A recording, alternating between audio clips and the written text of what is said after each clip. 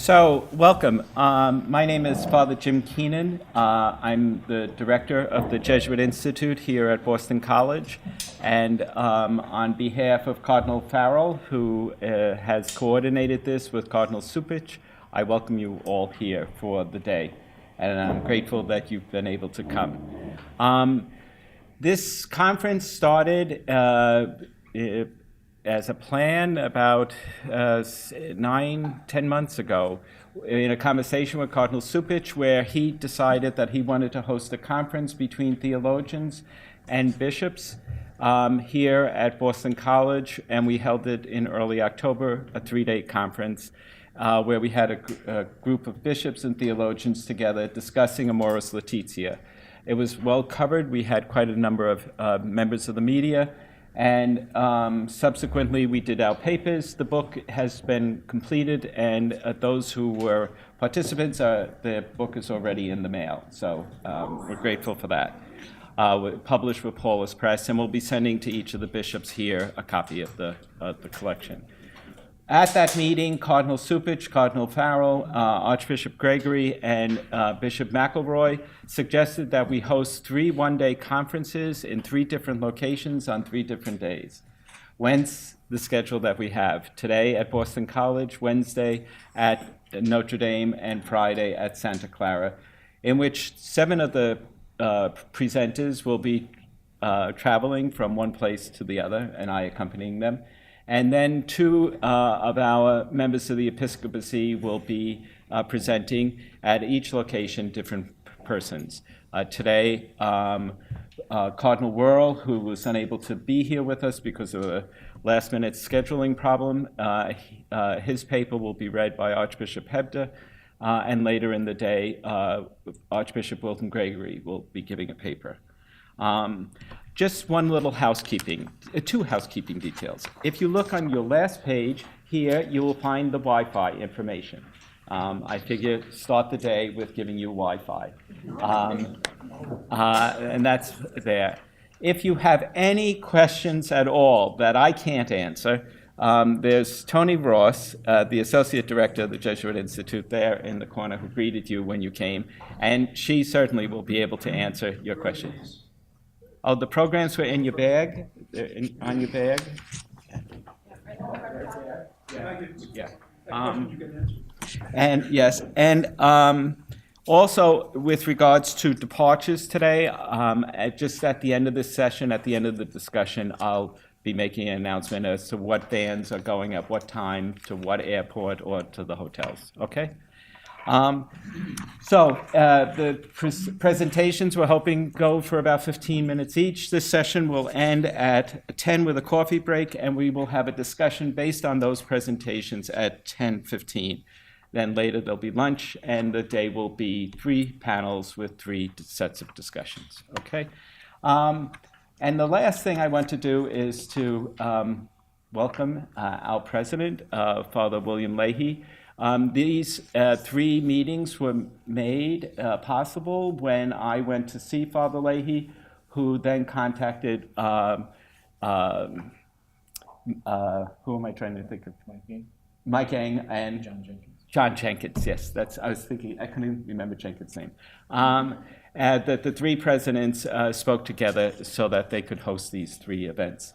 So it's my privilege to introduce Father William Leahy.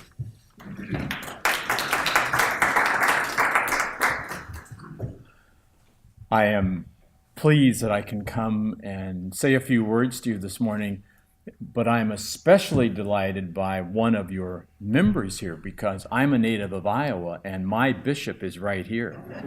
So I would say the organizers of this event have exercised tremendous judgment. And who would have thought that 2 people connected to Iowa would be in Boston on this very day? So I say a special welcome to you, Bishop Pates. It's great having you here in our midst. And all of you come. I think you come to do at least 2 things. One is to lay the groundwork for stronger relations, not only between, I think, bishops and theologians, but also between structures and entities in the church, parishes and dioceses, and then what goes on within the larger community of the church, lay people, laymen and women, members of the hierarchy, institutions like Boston College, universities. And as we were talking last night a little bit at dinner, it's what happens, I think, on the campuses and in the schools, whether it's a higher ed institution like BC, Notre Dame, or Santa Clara, but it's also the secondary schools and the elementary schools. It's so much of, I think, the revitalization of Catholicism will be shaped. So that work of laying the groundwork for stronger relationships, I think, is key. I also think, and this is a much larger issue, we certainly talk a lot about this in terms of Catholic higher ed, but it's how do we sustain the Catholic community in the United States? It's one thing to talk about enhancing relationships or strengthening relationships, but then when you look at sustaining the larger enterprise, that to me is so crucial for us as members of the church in the United States. What you're engaged in, I think, is planting seeds for that, it's nurturing, and it will bear fruit. And we're here in Boston on the campus of Boston College. We've seen over our 150-year existence, things do happen in a place like this where people of goodwill are coming together, sharing their insights, and helping one another grow in the Spirit. So I come and I say, welcome and thank you for the enterprise in which you're engaged. And I know you've got a busy day, and I still remember what I learned from a speech teacher when I was a second-year novice, and that was to always practice the 3 B's: be heard, be brief, and be gone. And so I am gone. Thank you much.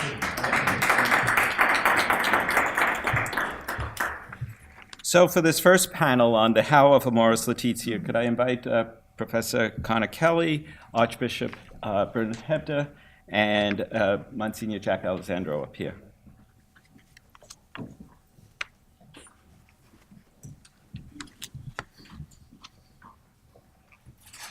So our method of proceeding is fairly simple.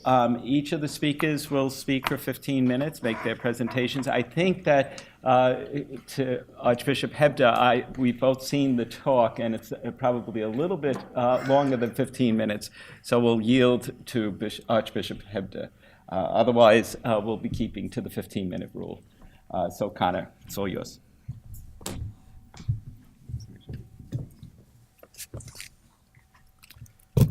Well, I will begin just by saying thank you. It's great to be here today, and thank you for being here as well. To talk about how Amoris Laetitia is being received throughout the church is to speak about synodality and collegiality, especially in 2 ways. First, the exhortation has generally received a warm welcome across the church. This speaks to synodality and collegiality because, contrary to the popular narrative, Amoris Laetitia did not drop from Rome as an arbitrary pontifical fiat, but was instead the result of a lengthy collaborative process that included direct consultation with prelates throughout the world via 2 synods. Given the role bishops played in crafting the discussions that gave rise to the document, one should not be surprised that Amoris has, on the whole, garnered a positive reception from the episcopacy across the globe. Second, the exhortation has not been received universally in the same way. As an extension of synodality and in a true affirmation of collegiality, Amoris opened the space for bishops to, quote, seek solutions better suited to their region's culture and sensitive to its traditions and local needs. Unquestionably, local bishops and even entire bishops' conferences have embraced this permission, and so the reception of Amoris Laetitia has not taken on a singular form throughout the church. This is not to say, however, that there is nothing to be gained from studying the ongoing reception of Amoris Laetitia. It is merely to stress that Amoris' reception needs to be contextualized. For when one appreciates the fact that synodality and collegiality are the foundations of a generally positive, yet locally variable reception, the breadth of possible responses to this exhortation transforms into a depth of desirable resources for a genuine reception of the document. My task today then is twofold. First, I want to bring you all up to speed on the state of the question so that we can begin this seminar with a common baseline of sorts. Second, and more importantly, I want to go beyond the what of Amoris' reception to the why, drawing out the theological bases behind the current trends in the reception of the document so that we might ultimately arrive at some picture, however distant and out of focus, of what the most beneficial manner of receiving the exhortation might look like. Before proceeding any further, though, I wish to clarify 2 points. First, I know that there are many ways of understanding the term church. Cardinal Avery Dulles once published a book with 5, now 6 models of the church. The question of how Amoris Laetitia is being received throughout the church could, therefore, mean a lot of things. For the sake of creating more manageable scope, and in order to stay within these strictly enforced time limits, I will focus on how the exhortation is being received at the episcopal level, since this is particularly important for most of you here, and since other presentations will address a kind of reception among various constituencies later. Second, the conversation about reception really should be about the exhortation as a whole. But the reality of Amoris' reception throughout the church is that it has revolved around chapter 8 in particular. I will obviously need to address the reception of chapter 8, but I want to stress that this is but a starting point for assessing the reception of Amoris more broadly. Indeed, as I will discuss at the end, the question of chapter 8 is inseparable from the question of Amoris' reception overall, but perhaps not in the ways we might think. Without any further ado, then, let me begin my analysis. As I indicated at the outset, the reception of Amoris Laetitia throughout the church has generally been a positive one. This remains true at the episcopal level. Bishops have responded to the document at the diocesan, the regional, and the national level, and to date, no national-level Episcopal Conference has developed an official reception plan for Amoris Laetitia that has been anything but all-embracing. The 3 existing documents from the National Episcopal Conferences all come from Europe and all represent a holistic interpretation and application of Amoris.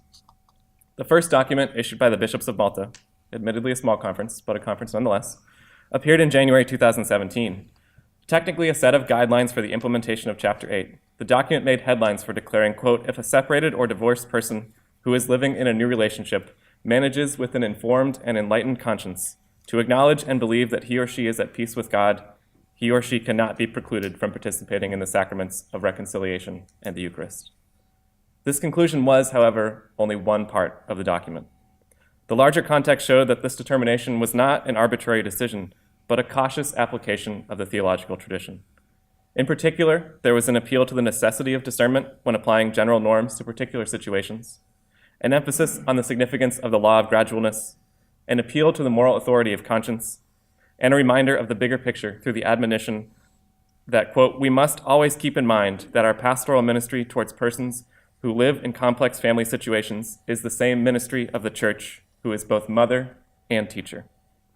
Read as a whole, the Maltese guidelines reveal a concerted effort to steer the discussion of Amoris Laetitia, even in Chapter 8, away from the narrow question of communion for the divorced and remarried, and toward the larger vision of the exhortation, and indeed the larger mission of the Church. To this end, Archbishop Charles Scicluna of Malta identified affective collegiality and communion with the Holy Father as the fundamental principle underlying the guidelines, a priority one must not overlook when assessing the reception of Amoris Laetitia. Following quickly on the heels of the Maltese bishops' document, the German Bishops' Conference released a pastoral letter on Amoris Laetitia calling for, quote, renewed pastoral care of marriage and family. The German bishops' letter contextualized Amoris in connection with the synod, spoke directly about the many and varied sets of circumstances of couples and families of which the bishops had become more acutely aware, and directed everyone to re-examine Amoris in its entirety. At the same time, the bishops also used Amoris as a springboard for 4 pastoral priorities: marriage preparation, marriage guidance, strengthening the family as the locus of religious education, and accompanying, discerning, and integrating families in difficult circumstances. Like the Maltese guidelines, the German bishops' document gained notoriety for admitting a possible pathway to readmission to the Eucharist for some divorced and remarried Catholics, but it characterized this as a decidedly uncertain outcome of a, quote, highly demanding decision-making process guided by a pastoral worker. Indeed, the document only arrived at this point after insisting, quote, Amoris Laetitia does not provide an automatic mechanism to admit all who are divorced and civilly remarried to the sacraments. As if to underscore this point, the German bishops added that the rigorous discernment process, quote, does not always conclude with the receipt of the sacraments of reconciliation and the Eucharist. According to Bishop Franz Joseph Overbeck of Essen, who played an instrumental role in crafting the document, the German bishops sought to emphasize especially the doctrine of conscience articulated in Gaudium et Spes, and Amoris Laetitia's call for the Church to reorient itself to what he called, quote, the main issue, to the love described in the gospel, the love that should be lived in marriage and in families every single day. In this way, the German bishops placed their reception of Amoris in line with the Church's received tradition and in line with the successor of Peter, just as the Maltese bishops had done. The only other national-level document concerning the reception of Amoris has come from the bishops of Belgium, who, like their Maltese and German counterparts, produced a document that did allow for some divorced and remarried Catholics to receive the Eucharist, but only after stressing that the ways in which this issue is but one piece of the contributions of Amoris Laetitia for the Church. Indeed, the majority of the Belgian bishop's document speaks to the beauty of marriage, the necessity of the family for the life of the Church, long before it offers any consideration of our attitude towards persons whose relationship has broken. When it does address these complex situations, there is a familiar emphasis on the need for the clergy to respect the consciences of the faithful, alongside a stress on the importance of case-by-case discernment. The point to which the Belgian bishops continually return, though, is the centrality of love as the gospel value defining marriage and directing the Church's response to the challenges of family life. Outside of Europe, there have been similar signs of a warm reception for Amoris, although obviously not at the level of national conferences. To briefly indicate the breadth, bishops from the Philippines issued an open call for their local churches to, quote, show more hospitality, welcome, friendship, even communion and solidarity with divorced and separated couples, while they undertook the as yet unfinished task of drafting their more detailed guidelines. Individual bishops in South Africa, most notably Archbishop William Slattery of Pretoria, have welcomed the way Amoris, quote, moves far from the hard realities of cold legislation to embrace with tenderness the lived experience of marriage, this most human of all institutions. Finally, and perhaps most notably, the bishops of Buenos Aires issued a regional plan for the implementation of Chapter 8 of Amoris Laetitia that stressed the need for discernment, accompaniment, case-by-case analysis, and the utmost respect for decisions made in good conscience, while acknowledging a potential path to the sacraments for some divorced and remarried Catholics. I will return to this document at the end, but for the moment, suffice it to say that the Buenos Aires document is of a piece with other evidence reflecting a generally positive reception of Amoris throughout the Church. Yet, as I said earlier, this reception has not been universal. So I now turn to one illustration of a different approach to the reception of Amoris. If the generally warm reception of Amoris has revolved around a broad embrace of all the possibilities that Chapter 8 might allow for divorced and remarried couples, the manifestation of local variation has revolved around a different response to Chapter 8. Certainly, there are a number of local bishops whose responses to Amoris reflect a different trend than the one I just described, but there have not yet been any documents from a national Episcopal conference illustrating this alternative. There is, however, one regional document to discuss from the bishops of Alberta and the Northwest Territories in Canada. Like many of the earlier documents, the document from Alberta and the Northwest Territories is focused on Chapter 8 and specifically addresses, quote, those who are divorced and remarried without a decree of nullity. The starting point for this document becomes the scriptural injunction against divorce, which the bishops identify as potentially, quote, difficult to receive and accept. On this basis, the bishops highlight the sinfulness of adultery and orient accompaniment to the formation of conscience so that a divorced and remarried couple without a decree of nullity might come to see the incongruities between their objective situation and the teachings of the Church. For these couples, the bishops specify a path to the sacraments according to Familiaris Consortio's injunction, quote, to refrain from sexual intimacy and live in chastity as brother and sister. The goal remains reconciliation, but the role of the faithful, the role of the clergy, and the role of conscience look quite different in this approach to the implementation of Amoris Laetitia than they do in the other documents I discussed earlier. There are, again, other examples of this approach at a local level, but for our purposes, the guidelines from the bishops of Alberta and the Northwest Territories are sufficiently illustrative of the fact that the reception of Amoris Laetitia has not unfolded in a singular fashion. The question then is what to make of this generally positive but plainly varied reception of Amoris throughout the Church. In a sense, this is the question for today's seminar, so I will not presume to offer the definitive solution. I would, however, like humbly to suggest to you how I assess these potential trajectories for the reception of Amoris as a theologian. First, apart from their specific conclusions, I noticed a much closer parallel with the spirit and style of Amoris in the national Episcopal documents from Europe than I find in the guidelines from the bishops of Alberta and the Northwest Territories. Just as Amoris prefaces its discussion of both practical conclusions and theological presuppositions with an analysis of concrete realities in its second chapter, the first set of episcopal documents I outlined similarly seek to account for and even learn from the experiences of the faithful in their diocese before they articulate any normative conclusions.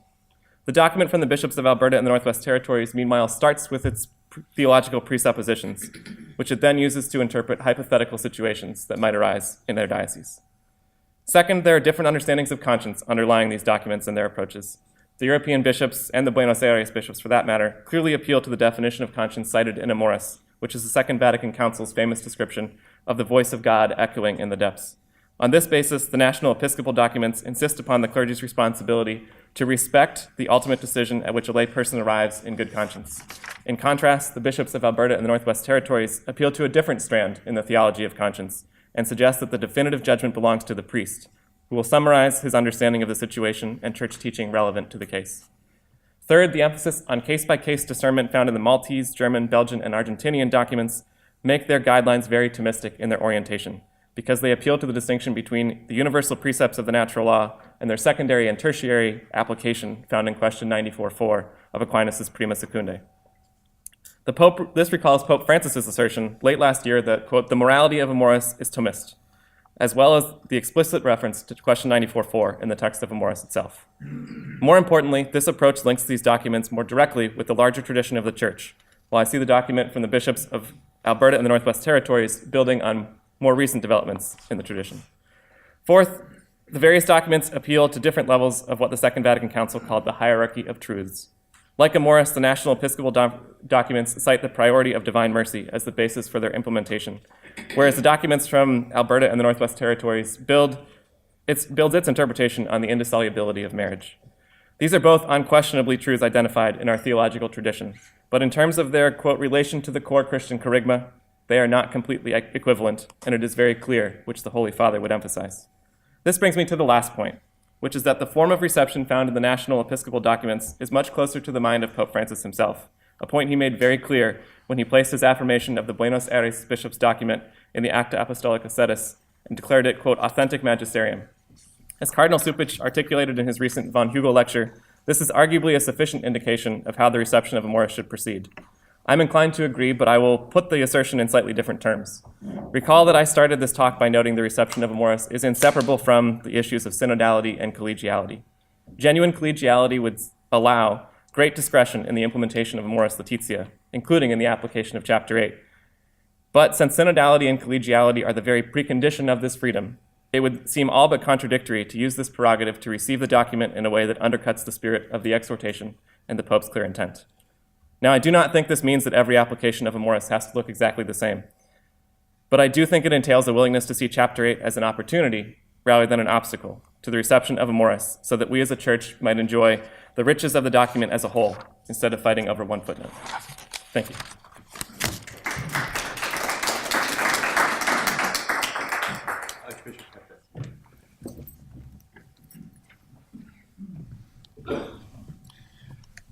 If I go over 15 minutes, remember this is Cardinal Wuerl's paper. I think I was asked to give it because I have the same Pittsburgh accent. The topic is the how of Amoris Laetitia. How is Amoris Laetitia being received, in the United States? In these reflections on how is Amoris Laetitia being received in the United States, Cardinal Wuerl touches on 3 points: the recent history of reception of papal magisterium, the general church-wide acceptance of Amoris Laetitia, and the 3 elements that are part of a full understanding and integration of the teaching of Amoris Laetitia: the Church's doctrine, her pastoral practice, and the recognized role of conscience. As has been the case with just about every papal document over the past half-century, so with Amoris Laetitia, there is a wide and overarching context of appreciation and implementation. This is contrasted with the smaller and sometimes more organized expression of lack of reception. As in the past, so today, we are all aware that some few but persistent voices find difficulties with the exhortation, and these few voices are amplified and repeated. It may be helpful to look at recent history for a few examples. Pope, now Saint John the 23rd, called for the Second Vatican Council and entrusted it with the principal task to guard and present better the precious deposit of Christian doctrine in order to make it more accessible to the Christian faithful and to all people of good will. That's a quote from Pope John the 23rd, on the occasion of the solemn opening of the Second Vatican Council. To his encyclical letter, Mater et Magistra, in 1961, there was the now discredited but then considered clever retort from some columnists and pundits, Mater si, Magister no, Mother yes, teacher no. Here we can find a beginning to a continuum of non-reception. To his 1963 encyclical Pacem in Terris, there was also vocal dissent from what has now become a recognized aspect of Catholic social teaching. Pope Paul VI's 1967 encyclical Populorum Progressio was criticized by some as a misreading of Catholic teaching and an intrusion of the magisterium into the marketplace. His 1968 encyclical Humanae Vitae was vociferously challenged by a number of clergy and theologians who found that the document was an authoritarian imposition of one theological view and interpretation. Pope Paul was explicitly faulted for having removed the discussion of contraception from the purview of the Second Vatican Council, and for his rejection of the majority position of the special commission he created to study the issue. Pope St. John Paul II's 1987 encyclical, Sollicitudo Rei Socialis, was challenged by a few on the grounds that it contained social teaching alien to the rest of his thought. His apostolic letter of 1988, Mulieris Dignitatem, did not fare better, although this time the complaints came from another sector in the Church. We could, of course, go on with more examples. The point is that there have always been some who placed their understanding of the Church's teaching or how it should be articulated in contrast to the voice of the Petrine magisterium. However, the binding force of magisterial teaching comes not from the clarity or acceptability of the teaching, but rather from its truth, confirmed on the authority of the teacher, in this case, the Pope. At the installation of a pastor, he makes the declaration, quote, "Moreover, I adhere with religious submission of will and intellect to the teachings which either the Roman Pontiff or the College of Bishops enunciate when they exercise the authentic magisterium, even if they proclaim those teachings in an act that is not definitive," end quote. Now let's talk about general acceptance. The wider context of our discussion is the positive and general reception of the document. It seems to me that the widespread acceptance of the teaching of Amoris Laetitia is verified by the fact that it corresponds to the pastoral experience, intuition, and practice of so many of the faithful, including experienced pastors, attempting not only to teach, but to provide pastoral accompaniment, and at the same time to recognize decisions of the faithful made in good conscience. At one priest council meeting following the publication of Amoris Laetitia, Cardinal Wuerl spoke at length about the role of conscience and the need to respect it. When he was finished, one of the older pastors asked, "Cardinal, what do you think we have been doing all these years?" It is with the background of pastoral experience and the spiritual intuition that the voice of Amoris Laetitia resonates with the voice of the gospel, that we find such widespread, quiet but confident acceptance of its teaching and pastoral guidance. Another element in the acceptance of Amoris Laetitia is the understanding of Pope Francis's embrace of collegiality and his development of the concept of synodality. Critical to the embracing of the post-synodal apostolic exhortation that followed on the 2014-2015 synods of bishops to discuss the challenges to marriage in the context of our secular society today and the beauty of the Church's teaching on marriage, is the recognition that Pope Francis is calling the Church to embrace more fully the concept of collegiality and its expression in the developments of synods and synodality. Collegiality refers to the successor of Peter governing the Church in collaboration and with the participation of the bishops of the local churches, respecting their joint responsibility for the universal Church. This was a theme of the Second Vatican Council, made very explicit in the dogmatic constitution on the Church, Lumen Gentium.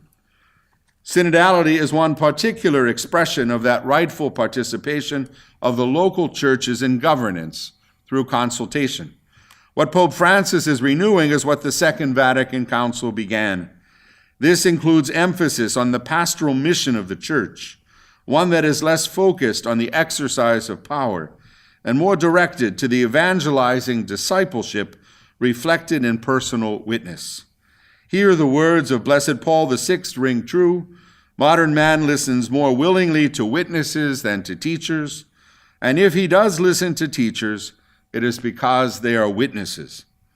In understanding the general reception of the teaching in Amoris Laetitia, one has to also recognize that the document itself is a reflection of the consensus among the bishops of the two synods that helped produce it. Amoris Laetitia is itself the fruit of very intense listening on the part of Pope Francis. The two synods on family were preceded by consultation of local churches throughout the world on the lived situation of families, their challenges, and their experience. As a voting participant in 7 synods, Cardinal Wuerl testifies that the 2014 and 2015 synods on marriage were the most open and engaging expressions of the consultation that a synod is supposed to represent. Much of the reception of Amoris in the United States grows out of the embrace of the call of both the Second Vatican Council and subsequent pontiffs through the instrumentality of the Synod of Bishops to engage the wider church and not just the voice of the Pope or the Roman Curia. This engagement is necessary in both the development of the expression or articulation of doctrine and the pastoral ministry called for by the Second Vatican Council and presumed to be the task of pastors of souls, bishops, and priests in the implementation of all of the post-synodal apostolic exhortations. Third section, 3 elements of Amoris Laetitia where understanding, integration into pastoral practice, and reception are all well underway. The document makes clear that while interrelated, there are distinguishable elements in the Church's life and ministry. These include the doctrine or teaching, the pastoral practice or accompaniment of people as they attempt to understand, embrace, and appropriate the teaching, and the role of conscience in defining one's state of soul, and therefore culpability vis-a-vis church teaching, practice, and sacramental life. First, Amoris Laetitia's teaching.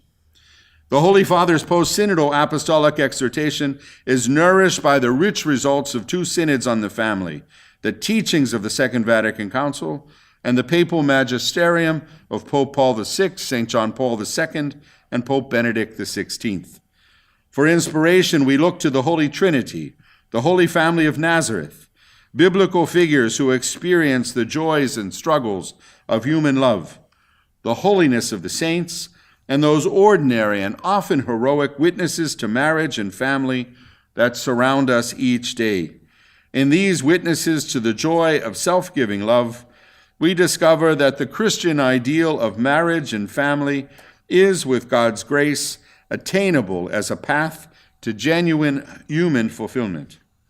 In the opening chapters of Amoris Laetitia, Pope Francis discusses God's creation and plan for marriage and family as revealed in Scripture, and how it contrasts with the concrete experiences of the family in the human condition. It addresses the practical challenges that families and those who wish to form families face in the world today. Of particular concern is the individualism that focuses on one's own desires, as well as the throwaway culture that sweeps aside marriage and family whenever they prove inconvenient or tiresome. Against this cultural dominance, there is needed a greater effort to help couples and families to respond better to the grace God offers them and to form their consciences as they make their own pilgrim journey through life. In the second half of his exhortation, Pope Francis provides some pastoral perspectives, saying that the Church wishes, with humility and compassion, to reach out to these people and families and help them through discernment, dialogue, and prayerful support and understanding to overcome obstacles. Following the logic of pastoral mercy and gradualness in pastoral care, Pope Francis encourages pastoral discernment of different irregular situations in marriage and family along the path of welcome, accompaniment, discernment, and integration into the ecclesial community. In considering a pastoral approach toward people who have contracted a civil marriage, who are divorced and remarried, or simply living together, the Church has the responsibility of helping them understand the divine pedagogy of grace in their lives and offering them assistance so they can reach the fullness of God's plan for them, something which is always possible by the power of the Holy Spirit. That's a quote from Amoris, number 297. If there is a breakdown that leads to separation or even divorce, that loving accompaniment by the Church needs to continue, said the Holy Father. This is his quote. It is important that the divorced who have entered a new union should be made to feel part of the Church, he added, and pastoral care to their children needs to be a primary concern. Likewise, the Church accompanies with love those who are cohabiting or who experience a same-sex attraction to help them to carry out God's will in their lives.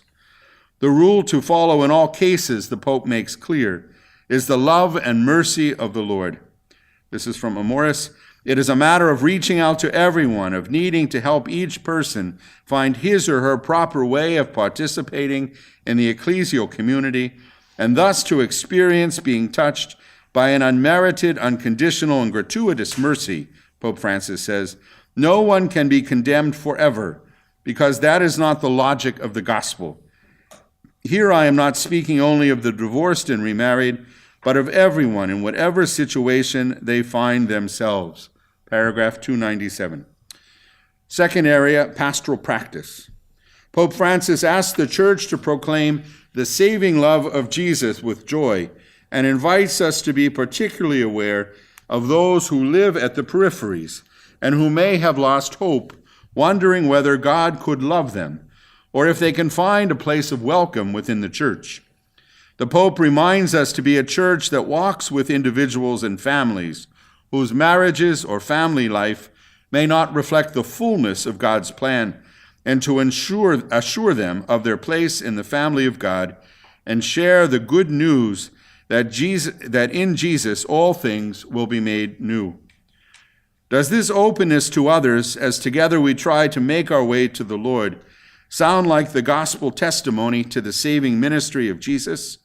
We need to be less prepared to point out the failures and shortcomings of others, and more ready, as our Holy Father says, quote, to help each person find his or her proper way of participating, end quote. This invitation is a first step in the accompaniment that must be a living part of the Christian community's welcome embrace and challenge to all its members.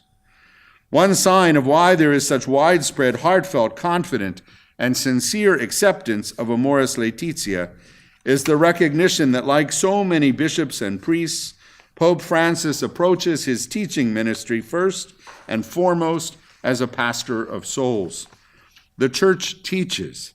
She also recognizes the limits to receiving the teaching that are a part of the lived existential experience of each believer.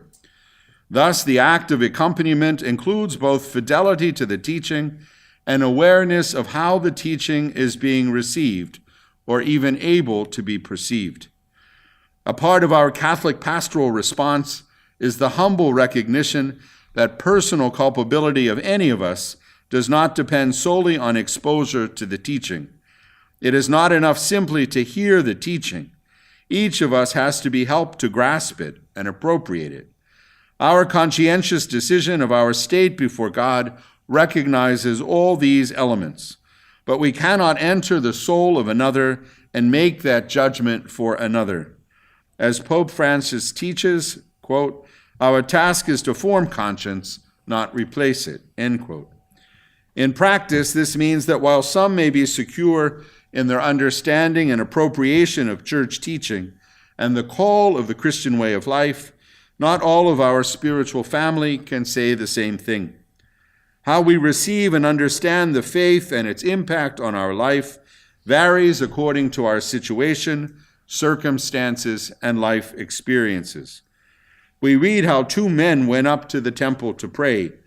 Both apparently knew the law, at least as they understood and tried to live it. But they came to different assessments about the exact same teaching. Each applied the law and the prophets differently, according to his own set of circumstances and understanding of its meaning. Amoris Laetitia teaches us that one may know the teaching in its letter and obligations without truly grasping its fuller and richer meaning. Another may struggle with living the fullness of the teaching. Third area, respect for individual conscience.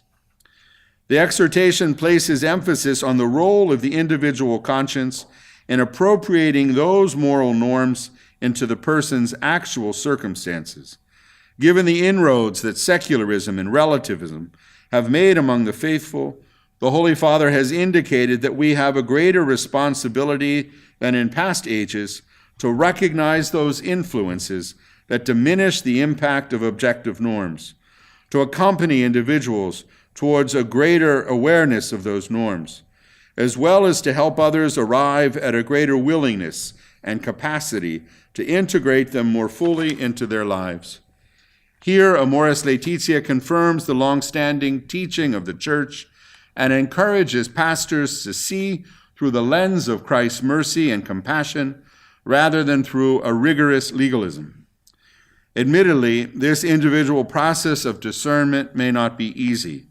A person may know church teaching, Pope Francis notes, yet have great difficulty in either understanding its inherent positive value or in being able to fully embrace it right away because of circumstances.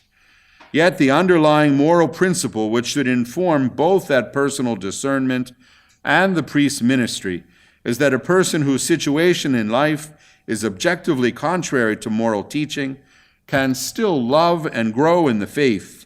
He or she can still take steps in the right direction and benefit from God's mercy and grace while receiving the assistance of the Church.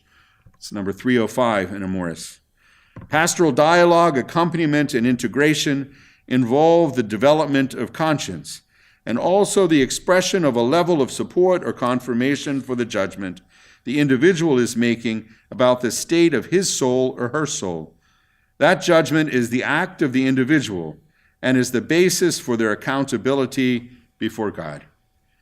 In conclusion, the intuitive recognition by bishops and priests that the apostolic exhortation Amoris Laetitia is totally faithful to the Church's teaching accounts for its widespread and general reception.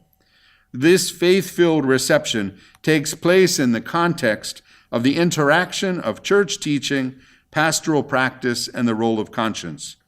This is what Amoris Laetitia provides.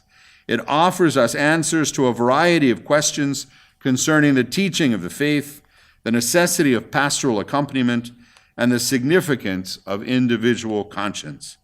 As we carry out our pastoral responsibilities, we thank God first of all for the call, and then for the guidance we receive from His Holy Church, and particularly from our Holy Father, Pope Francis. Thank you.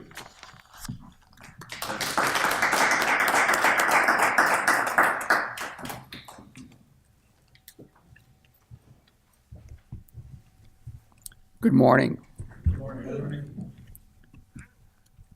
As most of you, I'm sure, know, for many canon lawyers, Amoris Laetitia was not canonically the most important thing that happened one year, but rather previous to that, before the 2015 Synod, the promulgation of the special processes that Pope Francis gave to the world.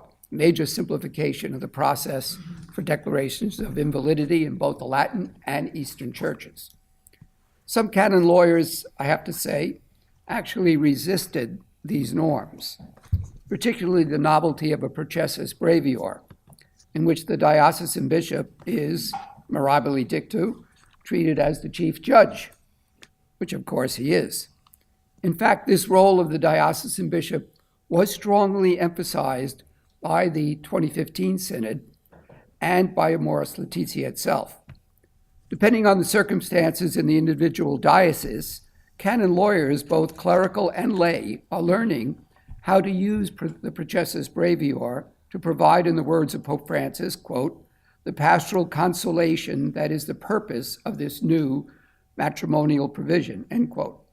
Speaking to those in the Rodal course last November, Francis added, each of you is a sincere collaborator of your bishop, to whom the new norms grant a decisive role, especially in the streamlined briefer process, as he is the natural judge of the particular church. Then, explicitly basing his remarks on the ecclesiology of Vatican II, Francis underscored the bishop's role. This is his quote, the streamlined process is not an option that the diocesan bishop can choose, but rather an obligation that derives from his consecration and from the missio received, end quote. Now, I know process is important for canon lawyers, but the real challenge lies in the substance of marriage law, specifically what qualifies as Christian marriage. Amoris Laetitia offers canon lawyers clues, directions, and challenges to develop the Church's jurisprudence. While presenting a fairly traditional view of marriage, Amoris Laetitia is replete with comments on the difference between ideal and practice, between full realization of the ideal and partial. The interplay between the ideal, which is the newness that Christ brought to marriage, and realization, that is, the making real in the concrete of that newness, is extremely important for canon lawyers who are dealing day to day with that realization, sometimes in what you do prior to marriage, but quite often in your tribunals in cases. Amoris Laetitia's inductive approach challenges canon lawyers to maintain two forces in tension: the cultural experience of contemporary marriage and the mystery of Christ in which marriage is immersed. They are cautioned, hold on to the concrete. Do not reduce the specific marriage itself to a cookie-cutter replica of a principle. There is more to mystery than that. This is at the root of those like Cardinal Parolin and Cardinal Supich, who have talked about the paradigm shift represented by Amoris Laetitia. It calls for a new spirit, a new approach. That tension, of course, is intense. Pope Francis and Cardinal Mueller approach the meaning of marriage along different paths, if I could put it that way. Yet both have concluded, strangely, in the real world, many, if not most, marriages, though presumptively valid in law, are canonically invalid. They both said it, I have quotes. This itself is part of the rationale for the processus brevior and for a renewed approach to nullity by diocesan bishops and tribunal judges. This renewed approach requires, as you've heard a million times, pastoral discernment about the individual marriage in the concrete, even if a specific judgment may not qualify as a general principle. It can still be pastorally discerned as a morally certain decision of nullity in a particular case. For example, most canon lawyers in the past shied away from relative incapacity as a ground of nullity because of its similarity to the secular notion of incompatibility. But the unitive property of marriage requires that two spouses be capable of becoming one, not one with everyone in the whole world, but specifically one with each other. Amoris Laetitia's analysis of cultural individualism raises this ground again. Even if two individuals before us are capable of marrying someone, are they capable of marrying each other? Amoris Laetitia's inductive approach also counteracts what could be a creeping legalization. Lawyers, like me, like to try to turn principles, for example, grounds of nullity, into figurative boxes within which the concrete either fits or does not fit. We could construe the facts as far as possible to make them fit, but one never tampers with the frame of the box. Who knows, perhaps bishops are subject to the same temptation. Amoris Laetitia reminds canon lawyers that marriage is not primarily a juridic entity, as it might be viewed actually in secular law. Marriage is part and parcel of the Christ event.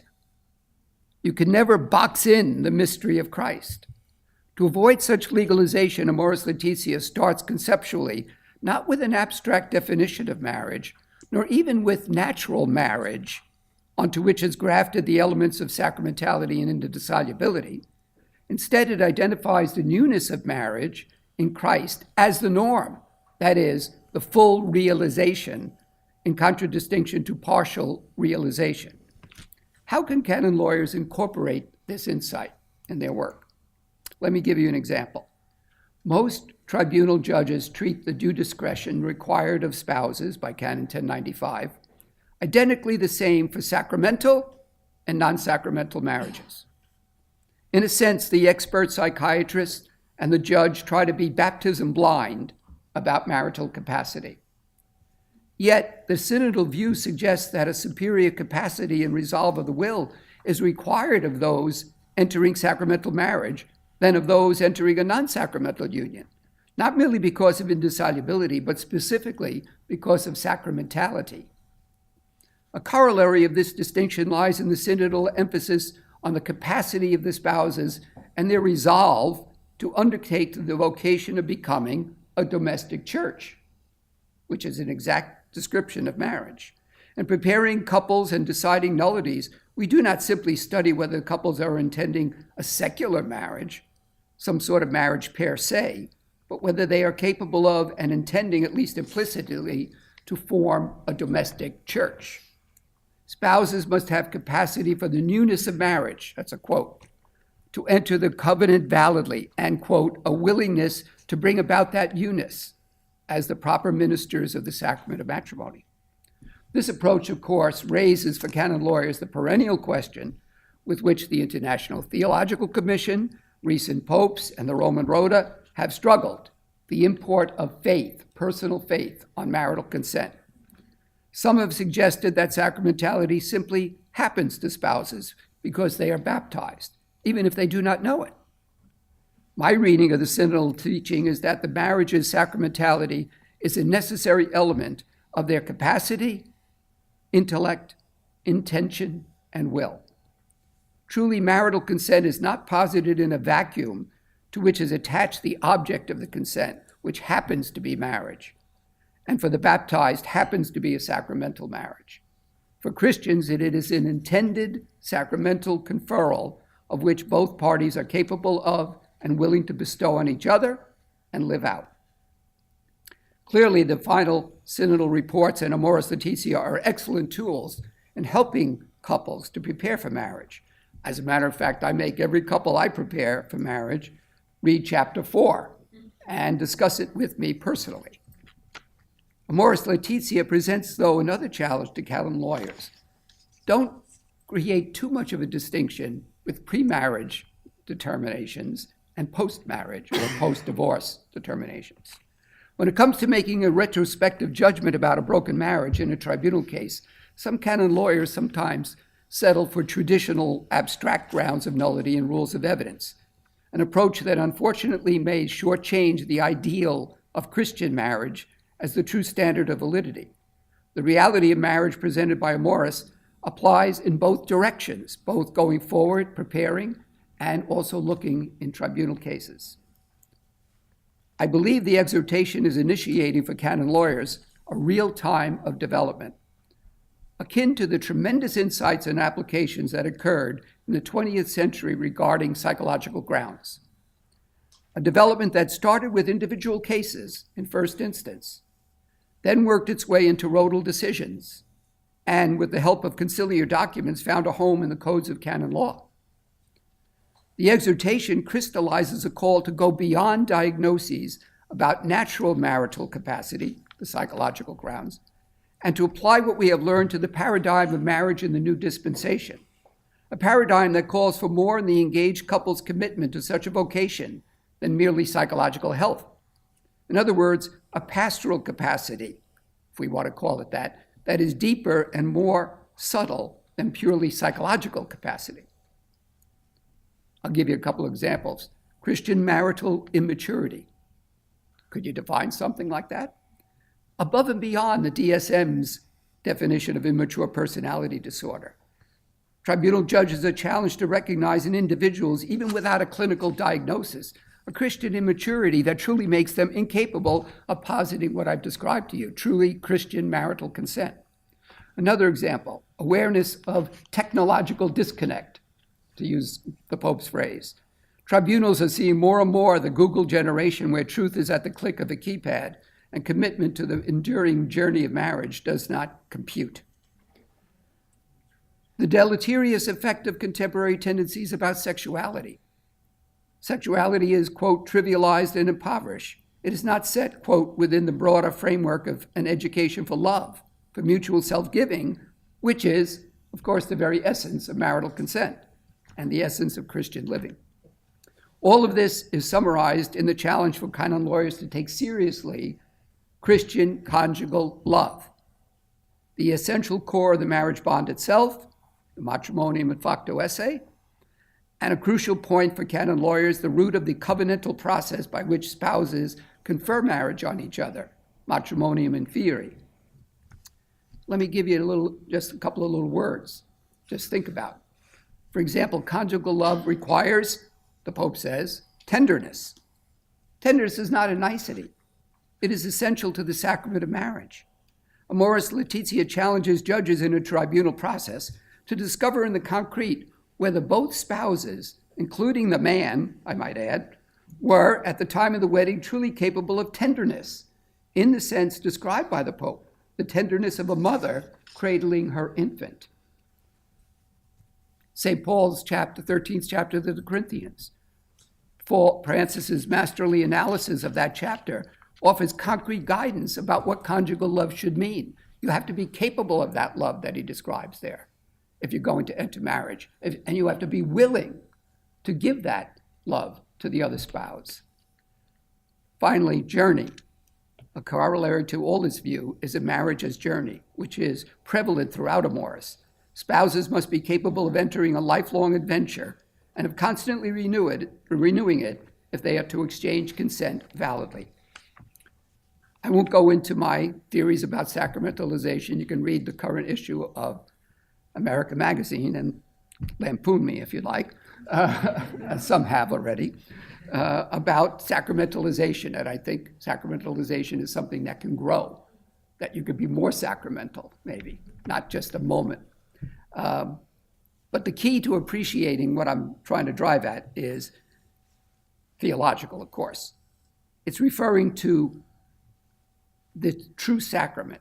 It's refusing to identify a sacramental marriage simplistically with a valid natural marriage of spouses who happen to be validly baptized.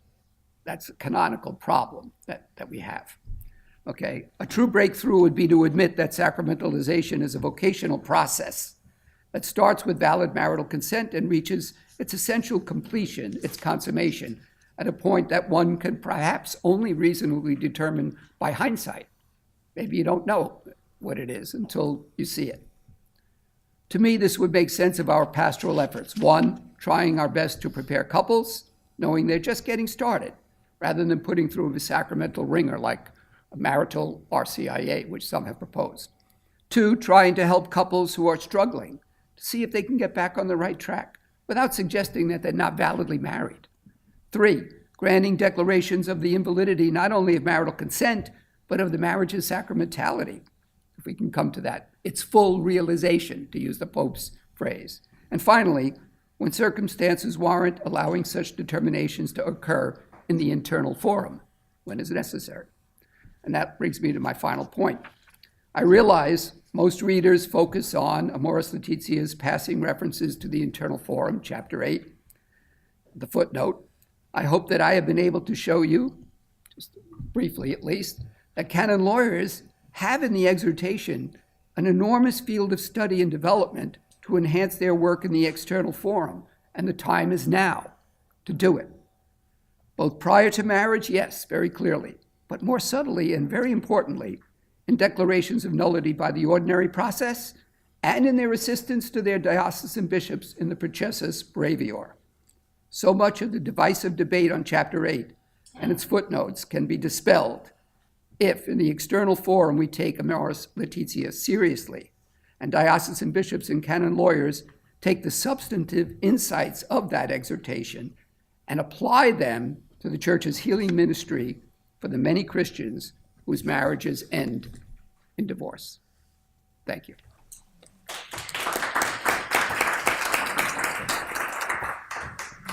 When we organized today, Cardinal Supich and I were looking at, if you would, 3 stages. First would be a general stage. It would be a stage in which we would look at what the Universal Church is doing in terms of receiving Amoris Laetitia, what the National Church of the United States is doing in receiving Amoris Laetitia, and then finally what canon lawyers around the world are doing in terms of receiving Amoris Laetitia. This session then is about this general reception. In the second panel later today, we will be talking about particular populations that can be served better, can be encountered better, can be met and understood and engaged better. We have conversations about the nuns and the so-called nuns in the millennial list, Hispanics and the Latinos, Black Catholics, and the middle and working class. So the second panel is about particular populations. And then the third and final is about implementation, about the living out, about the formation issues that are constitutive, that actually follow up on what Jack just gave us as an outline to consider. And there we have 2 people who work in pastoral formation, one in the East Coast and one on the West Coast. And finally, Archbishop Wilton Gregory talking about his own experience in terms of the working out of Amoris Laetitia. I say this so that you can imagine how the discussions will go. I think that the discussion that will follow this coffee break is a discussion based on these general ideas that we have of Amoris Laetitia, about how we see it being received locally and nationally, but that we also talk about our understanding of it. And these questions are really, that we would entertain, are questions for discussion. This is a time in which we can discuss. And in order to do that discussion, besides having the 16 bishops here, we have the team of the 8 theologians who are traveling about giving their presentations, and you'll hear them. But there are also several theologians from Boston College who are here with us who are not presenting, and I'd just like to say they're here to be shared interlocutors with us so that we can have a robust discussion of not just presenters, but also fellow theologians. And I'd like to, so there's Lisa Soul Cahill, a moral theologian, a colleague of mine, also in moral theology, as is in the corner there, Kathy Caveney, who is both a lawyer and a moral theologian. There is Jane Regan here from the School of Theology and Ministry, as is Hofsman Ospino over there. And finally, there's the chair of our Department of Theology at the university, at the Morrissey School of Arts and Sciences, Rick Galati, who's an expert on ecclesiology. Each of the theologians who's speaking is speaking specifically from the presenters, is speaking specifically from the competency of their own work. So you heard already Connor Kelly, who works on family, leisure, family, work, and leisure, as well as having written on matters like hookup culture and the other topics. But each of the theologians who will be speaking are speaking specifically from the competency that they have, whence they were selected. So we have a 15-minute break now, and we'll come back and we'll have a discussion. During that discussion, we will not be using any videotaping. It will be off so that we can have a robust discussion. Thank you.